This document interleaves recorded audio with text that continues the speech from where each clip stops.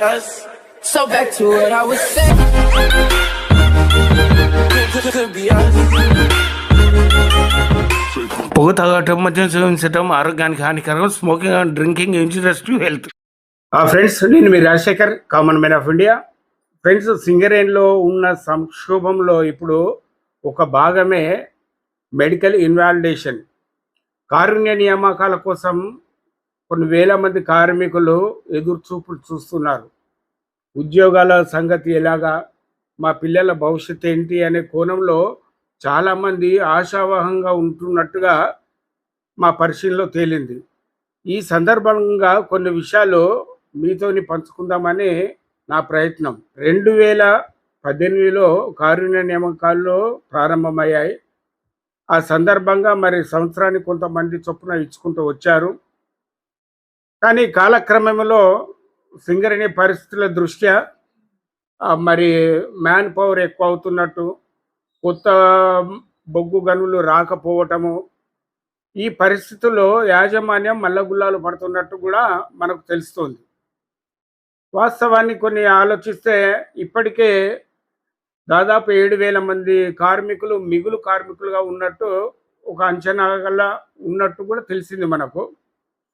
అయితే ఈ సందర్భంగా మరి ఆల్రెడీ దాదాపు 200 పైచిలకు మెడికల్ ఫిట్ అయిన వారు కూడా ఉన్నారు. వాళ్ళు జాబు ఎప్పుడు ఇస్తారు అనేది ఎదురు చూస్తూ ఉన్నారు.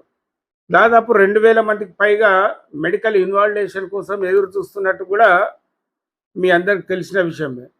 మరి ఇటువంటి పరిస్థితుల్లో యాజమాన్యంకి ఏమి చేయాలో తెలియక మల్లగుల్లాలు పడుతూ మరి వీరందరిని ఎక్కడ పెట్టాలి, కొత్త బొగ్గు గనులు వచ్చే పరిస్థితులు లేవు, మరి కారుణ్య నియామకాల పట్ల ఏ రకంగా స్పందించాలి అనేది చాలా $1,00,00,000 ప్రశ్నలాగా మనకు కనబడుతుంది. వాస్తవంగా మనము గమనించినట్లయితే గత కొన్ని సంవత్సరాలుగా మరి వీరిని ఏ రకంగా ఏ సంవత్సరం ఎంతమంది కారుణ్య నియామకాల ద్వారా అపాయింట్మెంట్ ఇచ్చారు అనే విషయాలు కొన్ని తెలుసుకుందాము.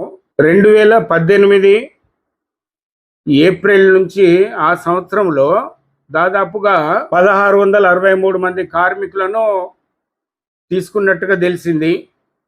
అలాగే 2019లో 2,998 మంది కార్మికులను తీసుకున్నట్టుగా తెలుస్తుంది.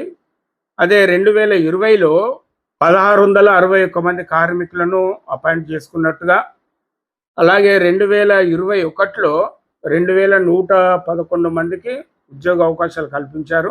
2022లో 1,320 మందికి అపాయింట్మెంట్ ఇచ్చారు.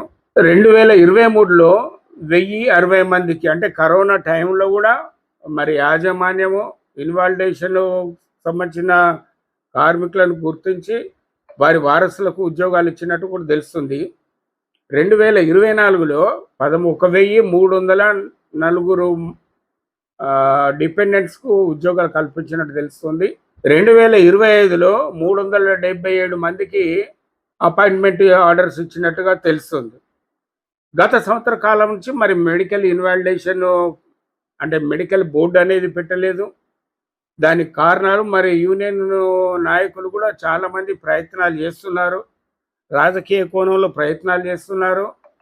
కానీ సరైన ఒత్తిడి యూనియన్ లీడర్లు యాజమాన్యం మీద పెట్టట్లేదు. ప్రజాప్రతినిధులు కార్మికులకు కారుణ్య నియామకాలు ఇచ్చే ఆలోచన ధోరణి నుంచి కాస్త పక్కకు తప్పుకున్నట్టు, ఏమన్నా అంటే సింగరేణి స్థితిగతులను పరిశీలించి మరి మెడికల్ బోర్డు ఏర్పాటు చేయట్లేదు అని రకరకాలుగా చాలామంది అంటున్నారు.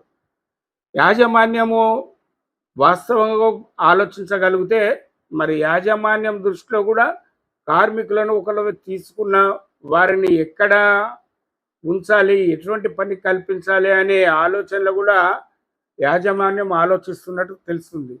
ఈ నేపథ్యంలో మరి కారుణ్య నియామకాలు ప్రశ్నార్థకమేనా? మెడికల్ బోర్డు అనేది హుళక్కి అయిపోతుందా? మెడికల్ బోర్డుగా భవిష్యత్తులో పెట్టరా అనేది కార్మికులలో ఒక గుబులు, కాంగారు, ఆందోళనతోని ఉన్నట్టుగా మనం గమనించవచ్చు. వాస్తవంగా కార్మికులు సింగరేణికి తమ జీవితాన్ని అర్పించి తమ వారసులకు ఉద్యోగాలు కల్పించే గంపెడంత ఆశతో ఉన్న వారికి నిరాశ మిగులుతుందని మనం చెప్పుకోవచ్చు. అయితే మెడికల్ అడ్వైజరీ బోర్డులో కూడా కొంత అన్యాయం జరిగినట్టు కార్మికులు వాపోతున్నారు.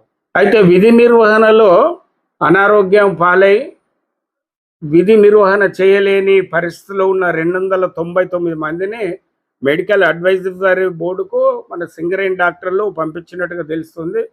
దానిలో కూడా ఒక 24 మందినే ఇన్వాలిడేట్ చేసి 24 మంది వారసులకు మాత్రం ఉద్యోగాలు కల్పించి మిగతా వాళ్ళని సర్ఫేస్లో కానీ సేమ్ ఫర్ డ్యూటీ అని అడ్వైజ్ ఇచ్చినట్టు తెలుస్తుంది. దాని పట్ల కూడా కార్మికులు చాలా నిరాశ నిస్పృహలతో ఉన్నట్టుగా మనం భావించవచ్చు. అందరూ అలాగే ఆలోచిస్తున్నారు కూడా. తమ రక్త మాంసాలను పణంగా పెట్టి తమ చెమటను రక్తంగా మార్చి సింగరేణి అభివృద్ధికి పూర్వాభివృద్ధికి పాటుపడిన సింగరేణి కార్మికులు ఎంతో మంది కూడా గంపెడ ఆశతో ఉన్నవారి ఆశల మీద నీళ్లు చల్లిన పరిస్థితి కనబడుతుంది. మరి భవిష్యత్తులో మరి సింగరేణి పరిస్థితి ఎలా ఉండబోతుంది, అలాగే కొత్త బొగ్గు గనులు వచ్చే అవకాశాలు ఉన్నాయా లేవా తెలియని పరిస్థితి అగమ్య గోచరంగా ఉంటుంది. ఎందుకు అంటే కేంద్ర ప్రభుత్వ నిర్ణయాల వల్ల రాష్ట్ర ప్రభుత్వం చొరవ చూపకపోవటం వల్లనో ఏ రకంగా అయితేనేమి సింగరేణిలో కొత్త బొగ్గు గనులు వచ్చే పరిస్థితులు కనిపించట్లేదు. కాబట్టి ఈ మెడికల్ బోర్డు అనేది కారుణ్య నియామకాలు అనేది బ్రేక్ పడ్డట్టే అని చాలామంది మదన పడుతున్నారు సీనియర్ కార్మికులు. దీనిపై మరి యాజమాన్యం మరి ఎటువంటి నిర్ణయాలు తీసుకుంటుంది, ప్రభుత్వం ఏ రకంగా ఆలోచిస్తుంది అనే విషయము కాలమే జవాబు చెప్పాలి.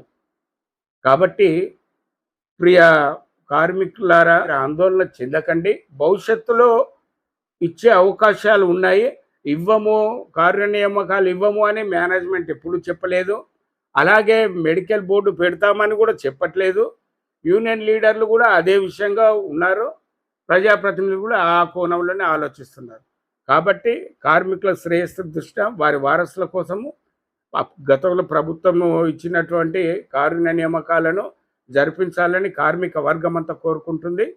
కాబట్టి భవిష్యత్తు ఎలాగా ఉంటుంది అనేది మనం వేచి చూడాల్సిందే. ముఖ్యంగా కార్మికులంతా ఏకగ్రీవంగా మన సీఎం రేవంత్ రెడ్డి గారు, అలాగే మన పరిశ్రమల ఇంధన శాఖ మంత్రి బట్టి విక్రమార్క గారు వీరు చొరవ తీసుకొని మరి కారుణ్య నియామకాలపై ఉత్తర్వులు జారీ చేయాలని ఆశిస్తున్నారు.